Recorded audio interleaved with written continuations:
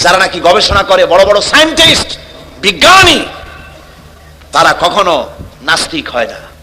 বড় বড় বিজ্ঞানী কোনোদিন নাস্তিক হয় না। আল্লাহরে মানুক আর না মানুক, অন্তত এইটা স্বীকার করে নিশ্চয়ই এই সব কিছুকে কন্ট্রোল করার জন্য কেউ না কেউ আছে, নইলে এইরকম সিস্টেমেটিক পদ্ধতিতে এটা চলতে পারে না।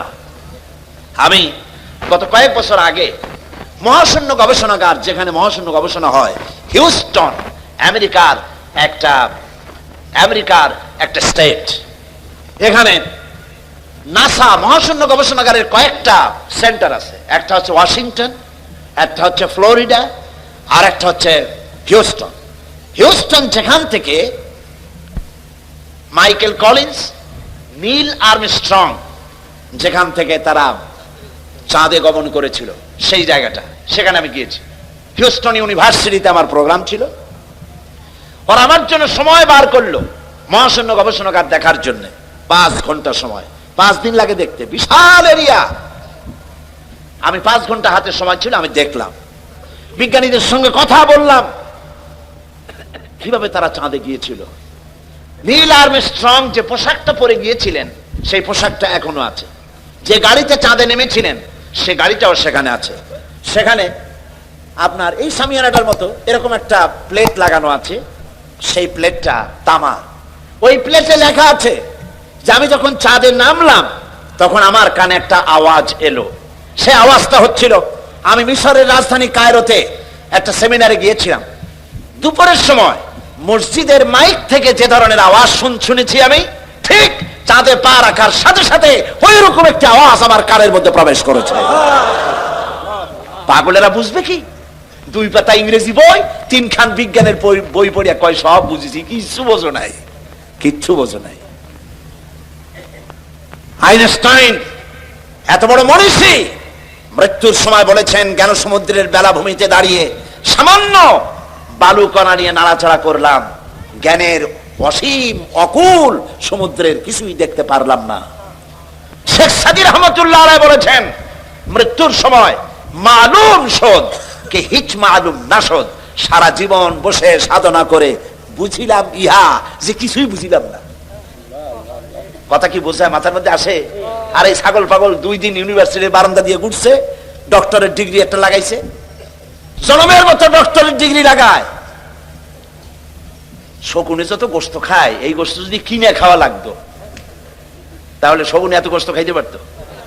লেখাপড়া তো আর লাগে না, এই সমানে ডিগ্রি লাগাচ্ছে ম্যানেজ করে। এই সব ডিগ্রির দাম নাই। কোরআন শরীফের জ্ঞান যার কাছে নাই, তার জ্ঞানের কোনো মূল্যই নাই।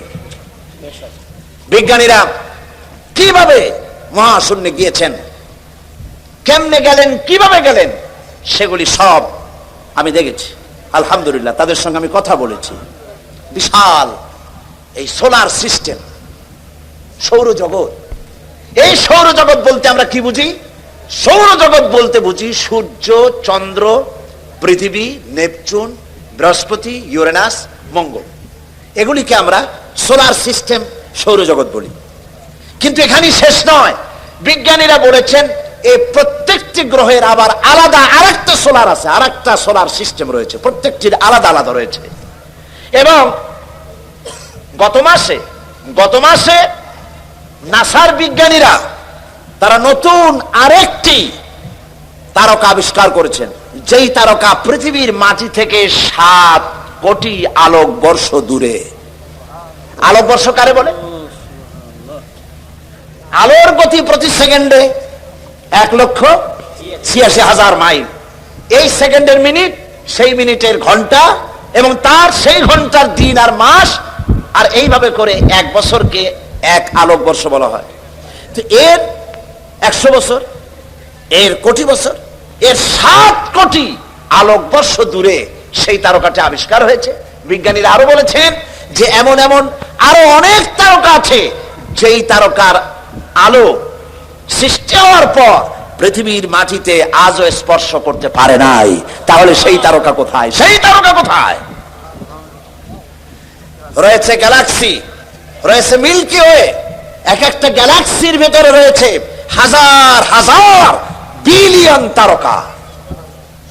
সমুদ্রের তীরে, কক্সবাজার গেছেন না কেউ? কক্সবাজারের সি বিচ, সমুদ্র সৈকত, এটা বাংলাদেশের অ্যাসেট। পৃথিবীতে আমি যত সমুদ্র আর মহাসমুদ্র দেখেছি, আমাদের দেশের কক্সবাজারের সমুদ্র সৈকতের মতো এত লংগেস্ট সি বিচ পৃথিবীতে আর নাই। এটা সবচেয়ে বড় সি বিচ। বিজ্ঞানীরা বলেছেন সমুদ্রের তীরের বালুকণা গোনা যেতে পারে, সাহারা মরুভূমির ভিতরের যত বালু আছে সব গুণে শেষ করা যেতে পারে, কিন্তু আল্লাহ পাক মহাশূন্যের ভিতরে যত তারকা বানায়েছেন গুণে শেষ করা যাবে না। তাহলে এত তারকা যদি থাকে, আর কোন তারকা দাঁড়ায় নাই, সূর্য দাঁড়ানো নাই, চন্দ্র দাঁড়ানো নাই, ইউরেনাস দাঁড়ানো নাই, বৃহস্পতি দাঁড়ানো নাই, মঙ্গলও দাঁড়ানো নাই, সব কি করতেছে? সব ঘুরছে। কোথায় পেলাম? এইখানে। বিজ্ঞানের আসল বই কোনটা? কোরআন। চিল্লায় বলুন কোনটি? পিরোজপুরের যুবকেরা, পিরোজপুরের মুসলমানেরা কোরআন বুকের সাথে জড়িয়ে ধরো। বিজ্ঞানের মূল উৎসই কোরআন। কোরআনে কারীমে রব্বুল আলামিন বলেছেন ওয়া কুল্লুন ফি ফালাকি ইয়াসবাহুন, মহাশূন্যের ভিতরে যা আছে সব ঘুরছে, কেউ দাঁড়ায় নাই, সব সন্তরণশীল, সব ঘুরছে। অথচ এই যে তারকাগুলি ঘোরে, সূর্য ঘোরে, তারকা আমি যতটুকুন দেখি আসলে কি ওইটুক? বলে সূর্যটাকে আমরা দেখি একটা ফুটবলের মতো। এই সূর্যটা কত বড়? বিরাট তো কয়ে ফেলেন। এই পৃথিবীর চাইতে 13 লক্ষ গুণ বড়। বিজ্ঞানীরা অনুমান করেছেন, ফিতে দিয়ে তো আর মাপতে টাপতে পারে নাই, ওর কাছে যাওয়ার আগেই তো পুড়িয়ে শেষ হয়ে যাবে, মাপবে কোন সময়? আন্দাজে একটা অনুমান করেছে পৃথিবীর চাইতে কত লক্ষ গুণ বড়? 13। পৃথিবীর চাইতে, খুব খেয়াল করেন, পৃথিবীর চাইতে 13 লক্ষ গুণ বড় একটা সূর্যকে যদি ফুটবলের মতো দেখায়, তাহলে তারকাগুলি কত বড়, যার কারণে অত ছোট্ট দেখা যায়। এই তারকাগুলি গ্যালাক্সির ভিতরে মিল্কি ওয়ের মধ্যে রয়েছে হাজার হাজার বিলিয়ন তারকা, সেগুলি কত বড়? বিজ্ঞানীরা বলেছেন যে সূর্য পৃথিবীর চাইতে 13 লক্ষ গুণ বড়, এইরকম 3 কোটি সূর্য খায়া পেটের মধ্যে রেখে দিতে পারে, এইরকম হাজার হাজার তারকা আল্লাহ পাক মিল্কি ওয়ের মধ্যে গ্যালাক্সির ভিতরে তৈরি করে রেখেছে। তাহলে আমার আল্লাহ কত বড়! সুবহানাল্লাহ। যার সৃষ্টি এত সুন্দর, এত বিশাল, এই তারকাগুলি এখন মনে করা যাচ্ছে সূর্যের চাইতে তারকা বড় না। এই তারকা খাওয়ার আবার আর এক জন্তু আছে, তার নাম হলো ব্ল্যাক হোল। ব্ল্যাক হোল অন্ধ কুয়া। এই অন্ধকার কুয়া মহাশূন্যের ভিতরে একটা নয়, হাজার হাজার, কত হাজার আছে, বিজ্ঞানীরা গুণে কুল পায় নাই। সেই কুয়াগুলি কি? সেই অন্ধকার কুয়াগুলি হলো তারকাগুলি ঘুরতে ঘুরতে, কেউ তো দাঁড়ানো নাই, সবগুলি ঘুরতেছে। তারকাগুলি ঘুরতে ঘুরতে কোন এক মুহূর্তে যদি ব্ল্যাক হোলের রেঞ্জের ভিতরে যদি এসে যায়, বাচ্চা ছেলেরা বা আপনি মুখের মধ্যে চকলেট দিয়া এই চকলেট চুষে যেমন নিমিষে আপনি শেষ করে ফেলেন, খেয়ে ফেলেন, পৃথিবীর চাইতে যে তারকা, যে সূর্য 13 লক্ষ গুণ বড়, এইরকম 3 কোটি সূর্য খায়া হজম করতে পারে যে তারকা, সেই তারকা ব্ল্যাক হোলের মধ্যে যদি পড়ে যায়, নিমিষের ভিতরে ব্ল্যাক হোল এবং তারকা খায়া হজম করে ফেলে দেয়। আল্লাহ রাব্বুল আলামিন আজ বিজ্ঞান আবিষ্কার করেছে ব্ল্যাক হোলের কথা, কিন্তু আমার নবীজি এই ব্ল্যাক হোলের কথা বলে রেখেছেন 1400 বছর আগে। আল্লাহ বলেছেন, আল্লাহ পাক বলেছেন ফালা উকসিমু বিমাওয়াকিন নুজুম, সূরা ওয়াকিয়া। আল্লাহ পাক বলছেন শপথ করি, কসম করি সেই পতিত স্থানের যেখানে তারকা সমূহ নিপতিত হয়। আজ বিজ্ঞানীরা আবিষ্কার করেছে তারকা নিপতিত হয় কোথায়? সেই ব্ল্যাক হোল তারা আবিষ্কার করেছে। মাথা ঘুরে গেছে, কি বিশাল পৃথিবী। আচ্ছা দেখেন, আপনাদের ঘরে মানচিত্র আছে না? একটু কথা কইলে আমি মজা পাই। মানচিত্র খুলে দেখুন, বাংলাদেশের মানচিত্রে পিরোজপুরের অবস্থান কতটুকু? একটুক হবে, তার বেশি তার হবে না। এশিয়ার মানচিত্রে বাংলাদেশের অবস্থান কতটুকু? একটুকুন হবে। পৃথিবীর মানচিত্রে বাংলাদেশের অবস্থান একটা কলমের নিপ পড়ার জায়গা, ঠিক না? তো পৃথিবীর মানচিত্রে বাংলাদেশের অবস্থা যদি এই হয়, তাহলে আল্লাহর এই বিশাল সোলার সিস্টেম সৌরজগতের মধ্যে পৃথিবীর অবস্থান কতটুকু, আর আপনার আমার মতো সলিমুদ্দি কসিমুদ্দির অবস্থান কতটুকু? কথা বোঝেন? কোনো হাস্তি নাই, কিচ্ছু নাই, সামান্য একটু দুদিনের ক্ষমতা, বাহাদুরি কি, হ্যান করেঙ্গে ত্যান করেঙ্গে, লাঠিকে আন্দার মুগুর ভরেঙ্গে। মাতবাড়ির ঠেলায় মানুষ অস্থির হয়ে যায়, আল্লাহরে চেনে না, আল্লাহরে অস্বীকার করে। হায় হায়, কি কপাল পোড়া। আল্লাহ পাক বলছেন, বলো আলহামদুলিল্লাহি রাব্বিল আলামিন, বহুমাত্রিক জগতের মালিক যিনি, তার প্রশংসা করো। শুধু একটা পৃথিবী বানান নাই, সহস্র সহস্র এভাবে জগৎ তিনি তৈরি করেছেন, একটা দুইটা না।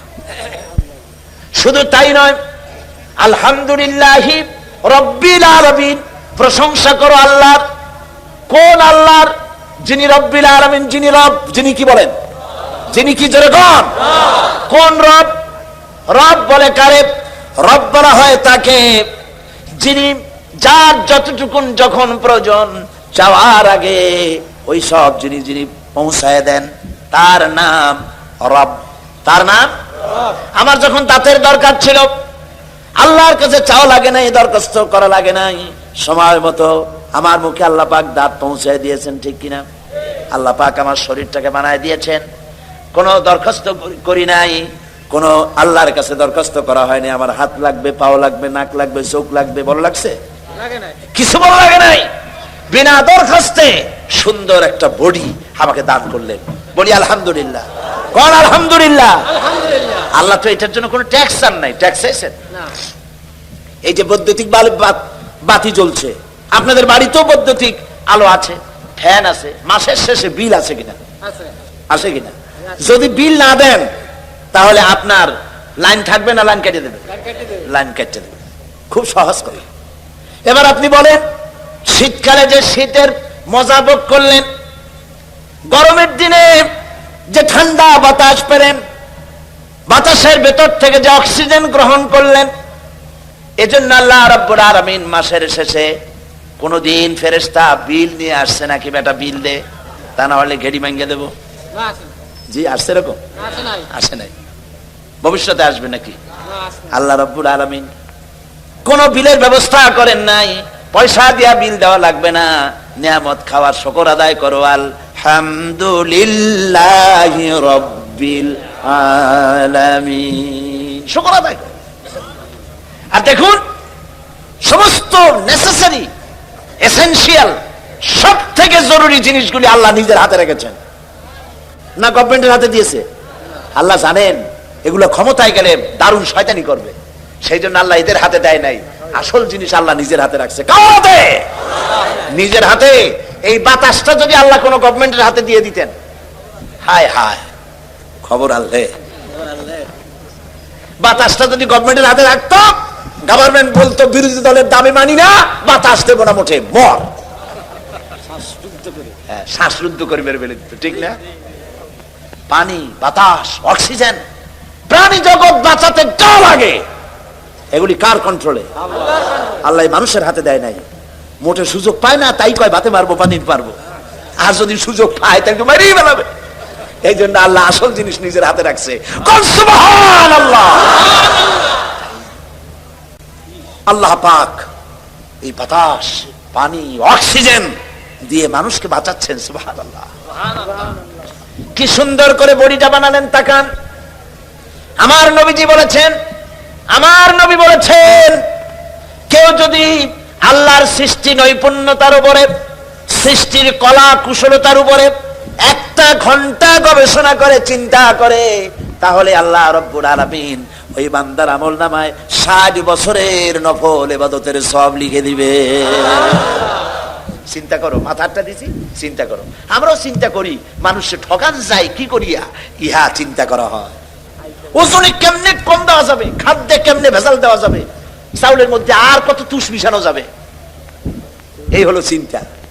খুদকুরা মিশানো যাবে, এমন পাথর মিশায় দন্ত চিকিৎসক পাশে ভাত খাওয়া লাগে, দাঁত কোনটা ভাঙবে তার তো ঠিক নেই। এইগুলো নিয়ে চিন্তা করে মানুষ, ঠিক কিনা কন? আল্লাহ কয় চিন্তা করো, গবেষণা করো, কেমনি বানাইছি, তোমার নিজের শরীরটা দেখো। আচ্ছা দেখেন, লক্ষ্য করুন পিরোজপুরবাসী, এই যে একটা বডি, শরীর, এটা কি শরীর, এই শরীরটার দিকে লক্ষ্য করুন তো। আল্লাহ শকরে মাথা নিচে হয়ে আসবে, এক্ষুনি সেজদা দিতে ইচ্ছে করবে। আপনার এই বডিটাকে উষ্ণ রাখার জন্য, বডিটা যদি হিম শীতল হয়ে যায় কি হবেন আপনি কন? একেবারে খুব তাড়াতাড়ি মরে যাবেন, মোটেও সময় লাগবে না। তাহলে শরীরটা কি থাকতে হবে বলেন? গরম থাকতে হবে, উষ্ণ থাকতে হবে। শরীরটা গরম থাকে কিসে? রক্তের কারণে। কিসের কারণে? রক্তের কারণে। এই রক্ত হয় কি দিয়ে? রক্ত তৈরি হয় কার্বোহাইড্রেট দিয়ে। কার্বোহাইড্রেট কাকে বলে? কার্বোহাইড্রেট হচ্ছে 4 প্রকার: ডাল, ডাল জাতীয় খাদ্য; চিনি, চিনি জাতীয় খাদ্য; চাউল, চাউল জাতীয় খাদ্য; আটা, আটা জাতীয় খাদ্য। এই 4 প্রকার খাদ্যকে বলা হয় কার্বোহাইড্রেট। এগুলি যখন আপনি খান, মাছ, গোশ, পনির, দুধ, ঘি, তেল, ফ্যাট, এগুলি যখন খান, তখন স্টমাকের ভিতরে, পেটের ভিতরে আছে স্টমাক, এখানে পাকস্থলী, সেই পাকস্থলীর ভিতরে রয়েছে প্যানক্রিয়াস। প্যানক্রিয়াস প্রতি মুহূর্তে ইনসুলিন তৈরি করে। ইনসুলিন তৈরি করে আপনার খাদ্য হজম করার জন্য সহযোগিতা করে। হজম হলে পরে ওই খাদ্য দিয়ে, প্রাণ শক্তি দিয়ে আপনার ব্লাড তৈরি হয়। ব্লাড যখন তৈরি হলো, এই ব্লাড যদি এক জায়গায় জমা থাকে তাহলে তো আপনি মরবেন আরো তাড়াতাড়ি। এখন শরীর সবটা গরম বানাইতে হবে না খালি মাথা গরম বানাইতে হবে? কোনটা কথা? খালি যদি মাথা গরম হয় তাহলে তো আপনি মানুষ খালি পিটাইবেন, যারে পাবেন তারে পিটাবেন। এই জন্য মাথা গরম বানানো যাবে না। পা থেকে শুরু করে মাথা পর্যন্ত একটা ভারসাম্য রক্ষা করে এই তাপমাত্রাকে সমানভাবে দিতে হবে। সেজন্য কি করতে হবে? সেজন্য আল্লাহ পাক পায়ের নখ থেকে শুরু করে মাথার চুল পর্যন্ত অসংখ্য নার্ভ সিস্টেম চালু করেছেন, রগ রেশা। কোন সুবহানাল্লাহ। রগ, এই রগ কতগুলি? রগ কইলি তো বোঝেন না, কি বোঝেন না? শিরা, উপশিরা, রগ, শিরা সব আমরা বুঝি, ঠিক না? এই রগ এবং শিরা কতগুলি মানুষের শরীরে? চিকিৎসা বিজ্ঞানীরা বলেছেন মানুষের শরীরের ভিতরে যত রগ আছে, সমস্ত রগ একটা একটা করে যদি জোড়া দেওয়া যায় তাহলে পৃথিবীটাকে 3 বার ঘুরে আসা যাবে। শুনতে কেমন কেমন লাগে, যেটা কিভাবে সম্ভব? কিভাবে সম্ভব? এইভাবেই সম্ভব যেভাবে আল্লাহ করেছে। চিকিৎসা বিজ্ঞানীরা আরো বলেছেন মানুষের শরীরের ভিতরে যত রগ আছে সমস্ত রগগুলি ছিঁড়ে ছিঁড়ে একটার পাশে যদি আরেকটা এভাবে সাজানো যায় তাহলে 3 একর জমি লাগবে তা সাজায়া রাখতে। 3 একর জমিন লাগবে একটা মানুষের রগ রেশা দিয়ে। এখন রক্তগুলি যেখানে যাবে না সে জায়গাটা কি হয়ে যাবে? সাহায্য করেন আমাকে, কি হবে? না শুধু ঠান্ডা হবে কেন, প্যারালাইজড হয়ে যাবে, রক্ত চলাচল করবে না, পক্ষাঘাত হয়ে যাবে। এখন এই রক্ত মাথা থেকে শুরু করে পা পর্যন্ত পৌঁছে দেওয়ার জন্য মানুষের শরীরের মধ্যে আল্লাহ একটা জেনারেটর তৈরি করে দিয়েছেন। আপনারা কিন্তু সুবহানাল্লাহ কইতে পারেন না, বিনা পয়সায় পাইছেন তো, সেই জন্য সুবহানাল্লাহ আসে না। একটা জেনারেটর দিয়েছেন, সেই জেনারেটরের নাম কি? হার্ট। সেটার নাম হৃৎপিণ্ড। হৃৎপিণ্ডের কাজ কি? হৃৎপিণ্ডের কাজ হচ্ছে সিস্টোলিক এন্ড ডায়াস্টোলিক, সংকোচন সম্প্রসারণ এরকম করা। চিকিৎসা বিজ্ঞানীরা বলেছেন মানুষের শরীরের সব বুঝি, কিন্তু হার্টটা এরকম এরকম করে কেন আজ পর্যন্ত চিকিৎসা বিজ্ঞানীরা আবিষ্কার করতে পারে না। এটা কেন করে? ওটা আল্লাহর হুকুম। এটা কি? আল্লাহর হুকুম। এরকম করছে, পাঞ্চিং করছে, আর রক্তগুলি প্রতি মুহূর্তে রগের মধ্য দিয়ে পা থেকে শুরু করে মাথা পর্যন্ত সাপ্লাই করে শরীরকে মৃত্যুর হাত থেকে রক্ষা করছে। শরীরকে এনার্জেটিক, শরীরকে সচল করে দিচ্ছে। এখন মানুষেরা খায় খুব বেশি, মানুষ কিন্তু না খাইয়ে মরে না, খাইয়েই মরে। পাঙ্গাসের পেটি, খাসির চর্বি, বড় বড় রসগোল্লা, এইগুলা জম্মের খাওয়া খায়। খাইয়া মোছে তেল মাখে আর কয় যে কেমন খাওয়াটা হলো, কয় যে জুইত না, এত নাকি জুইত হয় না, এমন খাওয়া খায় গলায় আঙ্গুল দিলে পাওয়া যায়, পেটের উপরে উকুন মারা যায়। এইরকমের টাইট খাইয়া যারা খায় তাদের হার্টের যে আর্টারি আছে, যে মোটা মোটা রগের ভিতর থেকে রক্তগুলি সাপ্লাই হয়, সেই রগের ভেতরে চর্বি জমে যায়। রগের ভিতরে যখন চর্বি জমে যায় তখন ব্লাড পাস হয় না বলে হার্ট অ্যাটাক করে। আর হার্ট অ্যাটাক যখনই করলো তখন তাকে যদি বেঁচে যায় তাহলে তাকে বাইপাস অপারেশন করতে হবে, রগ লাগবে। বাইপাস অপারেশন হচ্ছে বুক ফেড়ে হার্ট বের করে ওইখানে রগ পাল্টাই আর একটা রগ লাগাইতে হবে। এখন রগ পাবেন কোথায়? এবার দেখেন আল্লাহরে সেজদা না দিয়ে কেমনে পারবেন? আল্লাহ রাব্বুল আলামিন আপনার হার্টে এ ধরনের রোগ হতে পারে, অপারেশন করা লাগতে পারে, রোগ লাগতে পারে, সেই জন্য রব্বুল আলামিন স্পায়ার পার্টস হিসেবে উরুর ভিতরে ঠ্যাঙের মধ্যে আলাদা 4-5টা রগ বানায় দিয়েছে, যে রগগুলি বাইপাস অপারেশনের সময় ডাক্তাররা রান থেকে সেই রগ বের করে কলিজার সাথে লাগাইয়া দেয়। বাইপাস, বাইপাস বুঝেন? সোজা কথা, পিরোজপুরে বাইপাস রোড আছে একটা, বাইপাস রোড আছে না, বিকল্প রাস্তা। এটা বিকল্প জিনিস, কলজা দিয়ে আসল রক্ত যেখান থেকে বাইর হইতো সেই আসল রক্তটা নাই, একটা বাইপাস রোড বাইর করে দেয় ডাক্তাররা। সেই রোড বানাবে কি দিয়া? কাবিখার গম দিয়ে বানানো যাবে না। ওইটার জন্য উরুতে আলাদা আলাদা করে রগ আল্লাহ সৃষ্টি করে দিয়েছেন। সুবহানাল্লাহ কইতে পারলাম না। আরে মুসলমান, কিডনি লাগবে একটা। কিডনি লাগে কয়টা? মাত্র একটি। কিন্তু আল্লাহ পাক 2টি কিডনি দিয়েছেন। একটা যদি নষ্ট হয়, তুমি যদি মরে না যাও, আর একটা থাকুক। সুবহানাল্লাহ।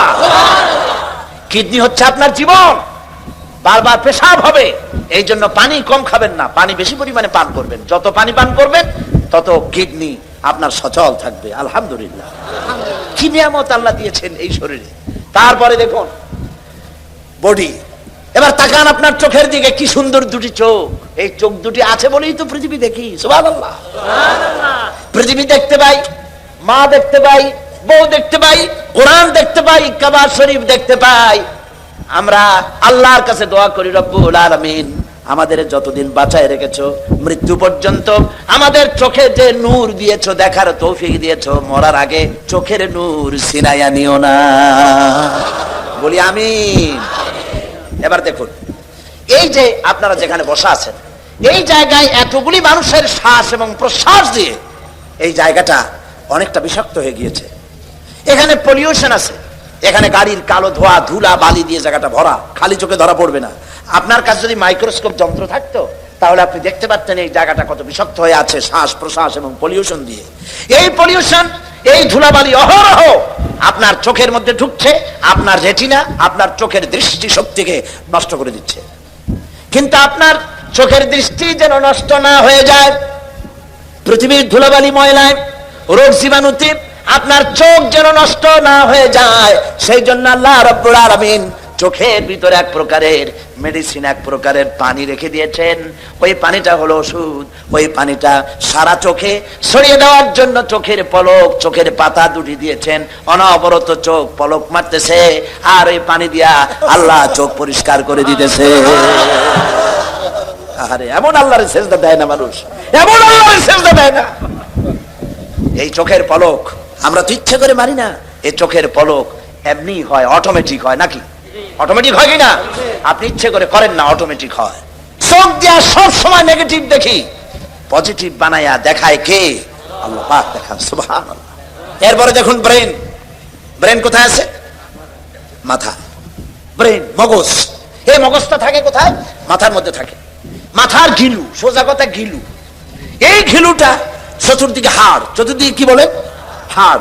হাড়ের মধ্যে থাকে ঘিলু। ঘিলু কি শক্ত না নরম? নরম। এই নরম ঘিলুটা, নরম ব্রেনটা রাখার জন্য আল্লাহ সেখানে কিছু ওষুধ রেখেছেন। সামান্য একটু পানির মতো আছে, সেইখানে ব্রেনটা আছে, যাতে করে হাড্ডির সাথে ধাক্কা লেগে আপনি যেন পাগল না হয়ে যান। সুবহানাল্লাহ।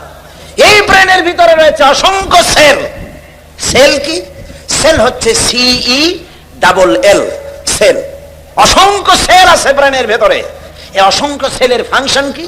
এর ফাংশন হলো, একটার ফাংশন হলো আনন্দ, তৃপ্তি, মেধা, চিন্তা, প্রজ্ঞা, সুখ, শোক, অনুভূতি। অসংখ্য কাজ আপনার ব্রেনের মধ্যে রয়েছে। অসংখ্য সাইডে এইগুলি রয়েছে। এর মধ্যে রয়েছে মেমোরি, এর মধ্যে রয়েছে স্মৃতি। আপনার যে কম্পিউটার আছে, কম্পিউটার দেখছেন না আপনারা? দেখেন, যাদের পয়সা কড়ি আছে কম্পিউটার কিনবেন এবং কম্পিউটার শিখবেন। গেলবার লন্ডন থেকে আসার সময় আমাকে একজনে একটা কম্পিউটার হাদিয়া দিল আমাকে। এটা হলো পৃথিবীর লেটেস্ট কম্পিউটার। এই কম্পিউটারের ভেতরে বটন টিপ দিলে পরে, মানুষের মাথায় আল্লাহ কি বুদ্ধিটা দিচ্ছেন চিন্তা করেন, বটন টিপ দিলে পরে সঙ্গে সঙ্গে সিস্টেম অনুযায়ী হাদিস, অন্তত 14,000 হাদিস সেখানে সাজানো আছে। আমি যদি চাই উজুর ব্যাপারে রাসূলুল্লাহ কি কি বলেছেন, আমি বাটন টিপবো, তখনই বুখারীতে কয়টা আছে, মুসলিমে কয়টা আছে, আবু দাউদে কয়টা আছে, নাসাইতে কয়টা আছে, বাইহাকিতে কয়টা আছে, শামাইলে তিরমিজিতে কয়টা আছে, 14,000 হাদিস সেট করা আছে প্রত্যেকটি বিষয়ের উপরে কম্পিউটারের মধ্যে সাজায় দিয়েছে। এটা যে সাজানো হলো, কম্পিউটার আমি কিছু বুঝি, আমার নিজের আছে, কিছু কম্পিউটারে কাজ করি। কম্পিউটারের ভিতরে একটা মেমোরি সেল আছে, সেটাকে ইংরেজিতে বলা হয় মাইক্রোচিপস। ছোট্ট 3 আঙ্গুল দিয়ে ধরা যায়, এই ছোট্ট 3 আঙ্গুল দিয়ে ধরা যায় মাইক্রোচিপস। এর ভিতরে 14,000 হাদিস আছে, এর মধ্যে অসংখ্য ডাটা আছে, অসংখ্য সেল আছে, পৃথিবীতে ডাটা যা আছে এর মধ্যে সব ঢুকানো যায়। বিজ্ঞানীরা বলেছেন কম্পিউটারের ডাটায় জানাই মানুষের ব্রেনে আল্লাহ এত মেমোরি দিয়েছেন, সেই মেমোরির ভিতরে পৃথিবীর সমস্ত তথ্য, ইনফরমেশন সবগুলি যদি ঢুকানো যায়, তারপরেও 100 ভাগের 1 ভাগ জায়গাও পূরণ হবে না। এ হচ্ছে সেই ব্রেন। এর কাজটা কি? রাস্তা দিয়ে আপনি হেঁটে যাচ্ছেন, ব্রেন আপনাকে কিভাবে বুদ্ধি দেবে দেখেন। রাস্তা দিয়ে হেঁটে যাচ্ছেন, অন্ধকার রাত, সামনে একটা সাপ পড়ে গেল। আপনারা বাড়ি যাওয়ার সময় যেন সাপ না পড়ে দোয়া করি, বলেন আমি। আবার চিন্তা করবেন সাপ পড়ছে, কাইলেন না যাই। রাস্তায় হেঁটে যাচ্ছেন, সামনে পড়ছে কি? সাপ। দেখছেন কি দিয়ে? চোখ দিয়ে। চোখ দিয়ে সাপ দেখার সঙ্গে সঙ্গে চোখ এটাকে ট্রান্সমিট করেছে বুদ্ধির কাছে। বুদ্ধি কোথায়? ব্রেনে। ওখানে চলে গিয়েছে। ব্রেন সঙ্গে সঙ্গে বলল হাতে লাঠি থাকলে পিটান মার, আর যদি লাঠি না থাকে অ্যাবাউট টার্ন ডাবল মার্চ, পিছে দৌড় মার। এই যে আপনি সাপ দেখলেন, সঙ্গে সঙ্গে দৌড় মারলেন, এই ডিসিশন নিতে সময় লাগছে কয় মিনিট? 1 সেকেন্ড। চোখ দিয়ে দেখলেন, ব্রেনকে ট্রান্সমিট করলেন, ব্রেন পাকে বলে দিল দৌড় মার, আর সঙ্গে সঙ্গে দৌড় মারলেন। সুবহানাল্লাহ। ব্রেনটাকে আল্লাহ ওখানে রেখে দিয়েছেন। আলহামদুলিল্লাহি রাব্বিল আলামিন। প্রশংসা করো সেই আল্লাহ যিনি তোমাকে সৃষ্টি করেছেন। সেই আল্লাহর সিজদা দিবা না? এত সুন্দর করে যিনি বানালেন, তুমি কি পারবা একটা জিহ্বার শুকরিয়া আদায় করতে? আর কেউ আল্লাহ নাই? নাউজুবিল্লাহ। কোরআন পড়ো না, যত হাবিজাবি গান শুনিয়ে বেড়াও। তোমার জিহ্বা দিয়ে আল্লাহর জিকির করো, আল্লাহর শুকর করো। এই জিহ্বাটা কত বড় নিয়ামত। একটি মাত্র টেস্ট মেশিন, নাম কি? জিহ্বা। বলেন নাম কি? এই জিহ্বা কত রকমের টেস্ট পাইলেন। বড় টেস্ট একরকম, টমেটোর আর এক রকম, লিচুর এক রকম, আমের এক রকম, কাঁঠালের আর এক রকম, জিলাপির এক রকম, সন্দেশের আর এক রকম, রসগোল্লার আর এক রকম, পাঙ্গাসের এক রকম, বোয়ালের আর এক রকম, পুঁটির আর এক রকম, ফুলকপির এক রকম, পালং শাকের আর এক রকমের, পুঁই শাকের আর এক রকমের, পোলাওর এক রকমের। না সবগুলি আলু ভর্তার মতো লাগে? সুবহানাল্লাহ কবেন না? এবার দেখেন, একটা জিহ্বায় এত টেস্ট পেলেন, এখন জিহ্বার উপরে না রেখে ওই খাবারগুলি জিহ্বার তলে ঢুকান। আজকে টেস্ট করেন, বাড়ি যায় ভাত খাওয়ার সময় মাছ দিয়ে ভাত মাখায় দিয়ে জিহ্বার তলে ঢুকায় দেন, দেখেন কেমন লাগে। ভালো লাগবে? মোটেও ভালো লাগবে না। তো ভালো লাগার জায়গা কোনটা? আহারে, এমন সুন্দর জিহ্বাটা আল্লাহ দিল। আল্লাহর নাম কয়বার নিছেন? খাওয়ার সময় আলহামদুলিল্লাহ করেন, বিসমিল্লাহ কয়ে শুরু করেন নাই, আলহামদুলিল্লাহ কয়ে খান নাই, খাওয়াটার শেষেও আলহামদুলিল্লাহ করেন নাই। নাফরমানি হইল না? নাফরমানি হইল না? আবার খায় কি? বদ্দর লোক।